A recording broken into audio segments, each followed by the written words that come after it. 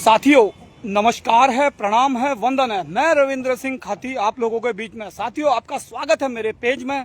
दोस्तों इस वक्त मैं अभी मौजूद हूँ हल्द्वानी के कटघरिया चौराहे में, और ये कटघरिया का एक ये मैदान है जो कि ये कटघरिया जो चौराहा है इसका नाम जो है अभी हाल ही में नाम चेंज करके श्री 1008 हिड़ा खान बाबा के नाम से रखा गया है। साथियों मैं ऐसे मैदान पर हूँ जहाँ पर हर बृहस्पतिवार को यानी गुरुवार को यानी थर्सडे को यहाँ पर एक सब्जी मंडी लगती है, और आपको ये मैं ग्राउंड का नज़ारा दिखाऊंगा। और मैं इस ग्राउंड में क्यों आया हूँ, किस लिए आया हूँ और क्या इसके पीछे की वजह है, आप लोगों को बहुत ही जल्द से जल्द पता चल जाएगा। दोस्तों एक तरफ तो हम देखिएगा, एक तरफ तो हम पर्यावरण बचाने की बात करते हैं और दूसरी तरफ हम पर्यावरण को दूषित करने का भी कार्य लगातार कर रहे हैं। आखिर इसके पीछे की वजह क्या है ये तो मुझे समझ में नहीं आ रहा है, लेकिन पर्यावरण दिवस नाम मात्र केवल एक फोटो खींचने के लिए, सेल्फी लेने के लिए और केवल मिट्टी में थोड़ी देर के लिए हाथ खराब करके पौधा लगाने तक के लिए ही सीमित रह गया। साथियों आपको इस ग्राउंड का नज़ारा दिखाता हूं और आप इस ग्राउंड को देखकर आप बहुत अच्छी तरीके से समझ जाएंगे कि मैं ये वीडियो क्यों दिखा रहा हूँ। एक तरफ ये देखिएगा, सबसे पहले ग्राउंड का नज़ारा आप ध्यान से देखिएगा। यहाँ पर सब्जी मंडी लगती है जहाँ पर लोग क्लीन सिटी, ग्रीन सिटी बनाने की बात करते हैं। हल्द्वानी को मैं आपको दिखा सकता हूं कि कितनी ग्रीनरी के लिए इनका एक कदम और बढ़ रहा है। आप ये देखिएगा किस प्रकार से यहाँ पर कूड़ों का ढेर हो रखा है।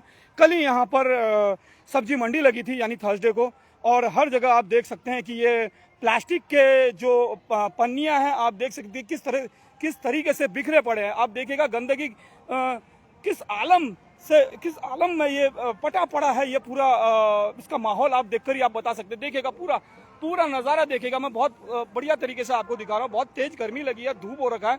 आप देख सकते हैं ये गंदगी का जो नज़ारा है ये साफ दिख रहा है पूरा मैदान। तो साथियों मैं यही बताना चाह रहा हूँ कि जिस प्रकार से हर थर्सडे को यहाँ पर जो सब्जी मंडी लगती है तो उसके बाद दूसरे दिन इसको साफ करने का प्रयास क्यों नहीं किया जाता है। और दूसरी बात, आप लोगों को ये भी ज्ञात होगा कि बीच बीच में तरह तरह के अटैकिंग प्रोग्राम्स चलाए जाते हैं रेवेन्यू जनरेट करने के लिए, प्रशासन द्वारा कहो या शासन द्वारा कहो।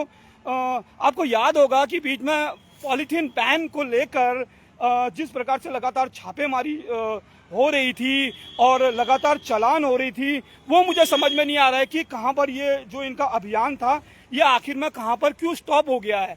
क्या ये केवल एक अवैध वसूली के लिए ये ऐसे काम को करते हैं कि अचानक नहीं, आज हमें कोई टारगेट सेट करना है, गवर्नमेंट के लिए कोई रेवेन्यू जनरेट करना है तो चलो व्यापारियों के पास जाओ और छापामारी करो और पन्नियों को बैन करने का प्रयास करो। तो साथियों अगर आपको कोई काम करना है तो आप रेगुलर तौर पे इसे परमानेंटली बंद कीजिए, या तो ऐसे ढकोसलेबाजी, दिखावेबाजी और फोटोबाजी तक सीमित ना रहिएगा। आप देख सकते हैं, मैं आपको दिखा रहा हूँ, हर जगह आप देख सकते हैं। देखो ये पन्नियाँ ही पन्नियाँ दिखेंगी आपको, हर जगह पन्नियाँ ही पन्नियाँ।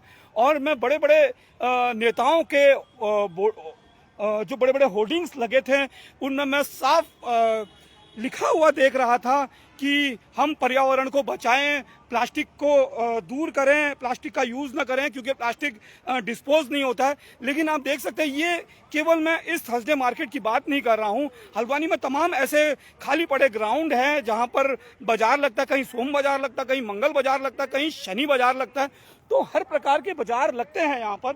लेकिन जब बाजार लग जाता है उसके बाद अगर आप यहाँ देखोगे तो किस प्रकार से गंदगी का आलम मचा हुआ है, इसकी कोई सुध-बुध लेने वाला नहीं है। ये क्लीन सिटी, ग्रीन सिटी केवल नाम का रह चुका है। या फिर से मैं आपको दिखा रहा हूँ किस प्रकार से ये गंदगी का आलम है यहाँ पर।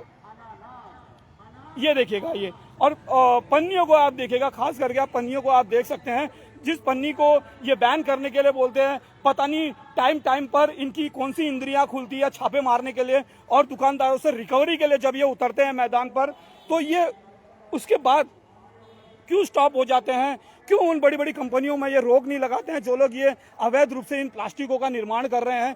क्यों ये कपड़ों के बैग के लिए प्रलोभन क्यों नहीं देने का प्रयास करते। मुझे समझ में नहीं आता कि इनका एजेंडा केवल प्रचार प्रसार में ही है या वास्तव में धरातल में रहकर काम करने का। साथियों ये बहुत ही निंदनीय विषय है, मुझे अच्छा नहीं लगा क्योंकि मैं जब भी इस सड़क से गुजरता हूँ ये बिल्कुल एनएच से सटा पड़ा हुआ ये सड़क है, ये मैदान है, तो ये बार बार दिखता है। यदि कोई इर्द गिर्द दूसरे स्टेट के भी लोग यहाँ से ट्रैवल करते होंगे तो नजर तो जरूर पड़ती होगी कि किस हिसाब से ये लोग गंदगी बना के रखे हुए हैं। तो दोस्तों ये बेहद चिंता का विषय है और वास्तव में इन चीजों को देखकर अच्छा नहीं लग रहा, बहुत ही गंदा लग रहा है। ये सफाई की ओर, स्वच्छता की ओर ये कदम तो नहीं है। जहां सेल्स टैक्स लगता था स्वच्छता के लिए तो उस हिसाब से तो कुछ दिखाई नहीं दे रहा है।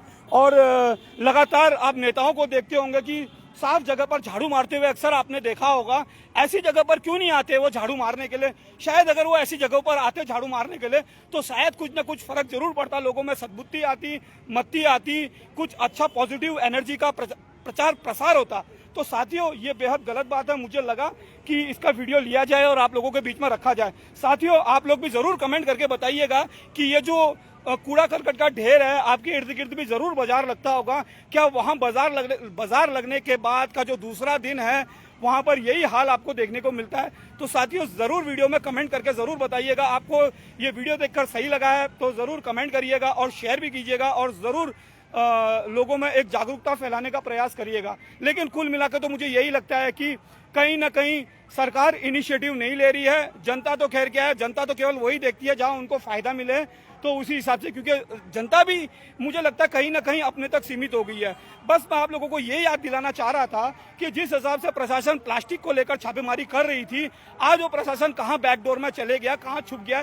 केवल चालान करने तक के लिए या रेवेन्यू जनरेट करने तक के लिए एक्टिव होते हैं या जनता को कुछ समय के लिए शांत करने के लिए एक्टिव होते हैं। दोस्तों ये बड़ा ही बेहद चिंताजनक तस्वीर आप लोगों को दिखा रहा हूं मैं। ये देखिएगा किस हिसाब से, और देखिएगा सांड भी बैठे हुए हैं और गौशालाओं की व्यवस्था बोलते हैं, लेकिन इस प्रकार से आवारा पशु जिस प्रकार से यहाँ पर बैठे हैं, ये कहीं ना कहीं ये भी एक खतरे का विषय है। आप लगातार सुनते होंगे कि इन आवारा पशुओं के वजह से कई लोगों की जान जा चुकी है।